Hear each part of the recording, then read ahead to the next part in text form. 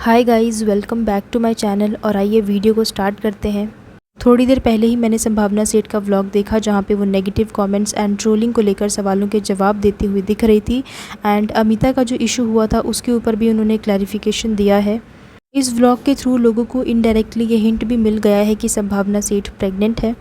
So guys, मैं आपको बता दूं कि संभावना सेठ और अविनाश के साथ काफ़ी ज़्यादा ट्रोलिंग हो रही है। इन्हें काफ़ी ज़्यादा हेट कमेंट्स का सामना करना पड़ रहा है। और ये सब चीज़ें चल रही हैं पिछले लगभग 2-3 महीने से। और ये पिछले 1 महीने से ये सारी चीज़ें और भी ज़्यादा बढ़ गई हैं। अचानक से लोगों ने इनके चैनल को अनसब्सक्राइब करना शुरू कर दिया है एंड लोग इनसे काफ़ी ज़्यादा डिसअपॉइंटेड हैं। थोड़ा सा मैं यहाँ पे आप लोगों को बैकग्राउंड स्टोरी बता देती हूँ, सो दैट कि आप लोगों को पता चल जाए कि इनके साथ ट्रोलिंग क्यों हो रही है और इनके चैनल को अनसब्सक्राइब लोग क्यों कर रहे हैं। तो जैसा कि आप लोग जानते हैं, संभावना व्लॉग्स बनाती है एंड अपने व्लॉग्स में अपना डेली रूटीन दिखाना, अपने पेट्स को दिखाना, और यहाँ तक कि संभावना ने अपनी IVF जर्नीज़ भी दिखाई हैं, जिसके लिए संभावना को काफ़ी ज़्यादा अप्रिशिएट किया जाता है। संभावना के व्लॉग्स में देखा गया कि वो हर किसी के साथ फ्रेंडली बिहेव करती हैं, सबके साथ मिलजुल कर रहती हैं। एंड इवन ये भी देखा गया कि जो उनके घर पे मेड काम करती हैं अमिता, उसके साथ भी संभावना और अविनाश का काफ़ी अच्छा बॉन्ड देखने को मिला। संभावना के घर पे एक मेड थी जिसका नाम है अमिता, जो कि 24/7 इनके घर पे एज अ मेड काम करती थी। तो हुआ ये कि 3-4 महीने पहले की बात है, और अमिता 1 हफ़्ते की छुट्टी का बोलकर गई थी कि वो 1 हफ़्ते की छुट्टी जा रही है, लेकिन वो 1 हफ़्ते के बाद वापस आई ही नहीं। और इसके बारे में उसने ना ही संभावना को बताया और ना ही अविनाश को बताया।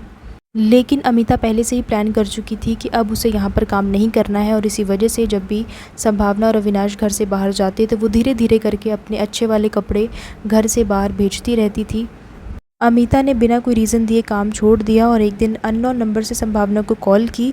तो संभावना ने उससे पूछा कि क्या बात है, तूने ना खुद कॉल किया ना तू हमारा कॉल उठा रही है। तो अमिता ने बोला कि दीदी, मेरा फ़ोन चोरी हो गया था। तो संभावना ने बोला कि अच्छा, फ़ोन चोरी हो गया था तो तेरे पास मेरा नंबर कैसे आया। तो अमिता ने बोला कि मैंने किसी से निकलवा लिया था। तो फिर संभावना ने बोला अच्छा ठीक है, ये बता कि तू वापस कब आ रही है। तो फिर अमिता कहती है कि मैं 3-4 दिन में वापस आ जाऊँगी। कॉल पे बात करने के बाद इन लोगों को अमिता पे शक हुआ कि कुछ तो गड़बड़ है। तो फिर इन लोगों ने सोचा कि एक बार कॉल करके देखते हैं कि अमिता के फ़ोन पे कॉल लगता है कि नहीं। तो देखा इन्होंने, जब इन्होंने कॉल किया तो रिंग जा रही थी, लेकिन अमिता ने फ़ोन नहीं उठाया। संभावना से बात करने के तुरंत बाद ही अमिता ने एक आदमी को कॉल लगाया एंड वो आदमी संभावना के पास ही काम करता है।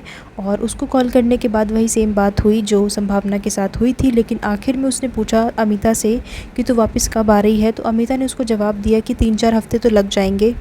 इसके बाद इनका शक यकीन में बदल गया कि कुछ तो गड़बड़ है और अमिता कुछ तो छुपा रही है। अविनाश के पापा ने अमिता के नंबर पे उसको कॉल किया, और बाय चांस हुआ ये कि जो अविनाश के पापा का नंबर है वो अमिता के पास नहीं था, और अननोन नंबर देखकर अमिता ने वो कॉल उठा ली। अविनाश के पापा ने अमिता को कॉल करके बोला कि बच्चे बहुत ज़्यादा परेशान हो रहे हैं, यानी कि अविनाश और संभावना जो है वो काफ़ी परेशान हो रहे हैं। तो प्लीज़ रीज़न बताओ कि तुम क्यों काम छोड़कर गई हो और क्या बात है। तो ये सुनते ही अमिता ने उनके मुंह पर फ़ोन काट दिया। एंड ये बहुत ज़्यादा डिसरिस्पेक्टफुल बिहेवियर था अविनाश के पापा के लिए, एंड अमिता को ऐसा बिल्कुल भी नहीं करना चाहिए था। ये सब होने के बाद इन्होंने अपनी ऑडियंस को बताया, तो उनका यही कहना था कि अमिता को दोबारा से वापस मत रखना, क्योंकि जो एक बार धोखा देता है वो दोबारा भी कभी भी धोखा दे सकता है। और ऐसा पहली बार नहीं हुआ था, और अगर मैं गलत नहीं हूँ तो इससे पहले 2 बार अमिता धोखा दे चुकी है, और इसी तरीके की हरकत वो पहले भी कर चुकी है। लेकिन फिर भी संभावना ने अमिता को माफ़ कर दिया, क्योंकि उससे काफ़ी अच्छी उसकी बॉन्डिंग थी, काफ़ी अटैचमेंट हो गई थी। क्योंकि 3-4 साल से अमिता उसके घर पर ही रह रही थी, काम वगैरह कर रही थी। एंड अगर आपके घर पे कोई भी रहे तो उससे अटैचमेंट तो हो ही जाती है। एंड मैंने देखा है कि संभावना अमिता को भी अपनी फैमिली की तरह ही ट्रीट करती थी। बट आई थिंक कुछ लोग भरोसे के लायक नहीं होते हैं, उनको बार बार मौका देना, माफ़ करना शायद हमारे लिए ही सही नहीं होता है। ये सारा मैटर ऑलरेडी चल रहा था। ऑडियंस का यही कहना था कि अमिता को दोबारा से वापस नहीं लाना चाहिए। लेकिन आई थिंक 1 हफ़्ते पहले का ही व्लॉग था जिसमें संभावना ने अपने ऑडियंस से पूछा था, ये सजेशन मांगी थी कि आप लोग बताइए कि अमिता का हमें कॉल आया है और वो दोबारा से वापस आना चाहती है और दोबारा से काम करना चाहती है। तो आप लोग हमें बताइए, क्या हमें अमिता को दोबारा से वापस रख लेना चाहिए। इस पे ऑडियंस ने साफ सीधा यही कहा था कि अमिता को दोबारा से वापस मत रखो, वो भरोसे के लायक नहीं है। जो एक बार धोखा दे सकता है वो बार बार भी धोखा दे सकता है। इस तरीके के कमेंट जो हैं वो आए थे। साथ में संभावना ने ये भी कहा था कि जो फ़िलहाल इनके घर पे मेड काम कर रही है उसको ये लोग नहीं निकालेंगे अगर अमिता वापस आ जाती है, और वो भी काम करेगी और अमिता भी काम करेगी। ऑडियंस बिल्कुल भी नहीं चाहती है कि अमिता दोबारा से वापस आए, लेकिन सजेशन वाले वीडियो के बाद ऑडियंस काफ़ी ज़्यादा भड़की हुई थी। उनका ये कहना था कि आपको ये सजेशन मांगने की ज़रूरत पड़ी ही क्यों, आप अमिता को लेकर हमसे सजेशन क्यों मांग रहे हो। अब मैं आपको बता दूं कि ऑडियंस जो है वो अमिता के मुद्दे को लेकर इतना नहीं भड़की है, बल्कि अरमान मलिक के मुद्दे को लेकर भड़की हुई है। जी हाँ, बिल्कुल सही सुन रहे हैं आप लोग। जैसा कि आप लोगों को पता है कि बिग बॉस OTT सीज़न 3 जो है वो अभी रिसेंटली ख़त्म हुआ है, और उसमें अरमान, पायल और कृतिका बिग बॉस के घर में आए थे। और जैसे ही पायल का इविक्शन हुआ था उसके बाद जो है वो संभावना सेठ को पायल के साथ देखा गया था। पायल से मिलने के बाद संभावना ने कहा कि मैं पॉलीगैमी को सपोर्ट नहीं करती, लेकिन मैं ये कहना चाहूँगी कि अगर ये तीनों लोग आपस में खुश हैं, अगर इन तीनों को आपस में कोई प्रॉब्लम नहीं है, तो लोगों को इससे कोई प्रॉब्लम नहीं होनी चाहिए थी। जब संभावना ने ये स्टेटमेंट पास किया उसके बाद से संभावना को काफ़ी ज़्यादा नेगेटिव कमेंट्स का, हेट कमेंट्स का सामना करना पड़ा था। आज का जो संभावना का व्लॉग आया है, अगर आप उसके कमेंट सेक्शन को स्क्रॉल करोगे तो आप लोगों को पता चलेगा कि ऑडियंस जो है वो अमिता को लेकर इतनी नहीं भड़की है, बल्कि अरमान मलिक को लेकर ज़्यादा भड़की हुई है। लोग ये कह रहे हैं कि आप इन तीनों को क्यों सपोर्ट कर रहे हो, आप पॉलीगैमी को क्यों सपोर्ट कर रहे हो। जैसे कि आप ये कमेंट देख सकते हो, Amita is not the real issue, your support to Malik is the main reason. तो जैसा कि आप लोगों ने देखा कि ये सारे कमेंट्स आ रहे हैं, एंड मेनली कमेंट्स का यही कहना है कि हम आपके वीडियोस पहले काफ़ी देखते थे, लेकिन जब आपने पायल मलिक के साथ वीडियो बनाया तो हमने आपके चैनल को अनसब्सक्राइब कर दिया। एंड काफ़ी लोगों का ये भी कहना है कि अमिता इतना बड़ा फैक्टर नहीं है, लेकिन मेन बात ये है कि जब आपने सजेशन मांगा था अमिता को लेकर, और आप उस वक्त अपने सब्सक्राइबर्स को लेकर काफ़ी ज़्यादा डिसरिस्पेक्टफुल भी थी, और आई थिंक वही रीज़न है जिसकी वजह से आपको इतना ज़्यादा हेट मिल रहा है।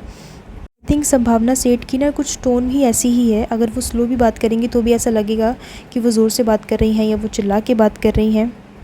अपनी टोन को लेकर और जो भी डिसरिस्पेक्टफुली उन्होंने जो भी बात की अपने सब्सक्राइबर्स के लिए, तो उसके लिए उन्होंने ऑलरेडी अपने व्लॉग में माफ़ी मांग ली है कि वो ऐसा चाहती नहीं थी कि ऐसा शो हो, लेकिन वो कह रही हैं कि अगर आप लोगों को ऐसा लग रहा है तो ऑफ़कोर्स ऐसा हुआ होगा, और इसी वजह से वो अपने सब्सक्राइबर से माफ़ी भी मांग रही हैं। इसी व्लॉग के दौरान संभावना सेठ ये भी कहती हुई दिखी कि इन दिनों मेरे काफ़ी ज़्यादा मूड स्विंग्स भी हो रहे हैं, और मेरे अंदर काफ़ी ज़्यादा हार्मोनल चेंजेस भी हो रहे हैं, जिसकी वजह से मैं कई बार गुस्सा भी कर देती हूँ, एंड कई बार मेरा टोन ऐसा हो जाता है।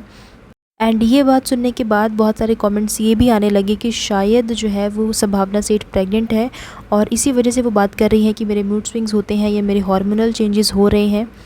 तो जैसा कि आप लोगों ने देखे कि यहाँ पे लोग कमेंट्स कर रहे हैं कि शायद जो संभावना है उसका IVF का प्रोसेस चल रहा है, जिसकी वजह से वो कह रही है कि उसके मूड स्विंग्स हो रहे हैं या उसके हार्मोनल चेंजेस हो रहे हैं।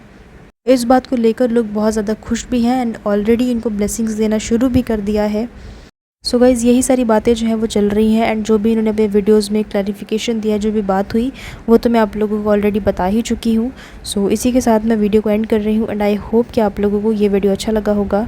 कमेंट करके मेरे साथ अपने ओपिनियन ज़रूर शेयर करना, एंड इसी तरह के और भी अपडेट्स के लिए, रिएक्शन वीडियोज़ के लिए आप लोग मेरे चैनल को सब्सक्राइब कर लीजिए।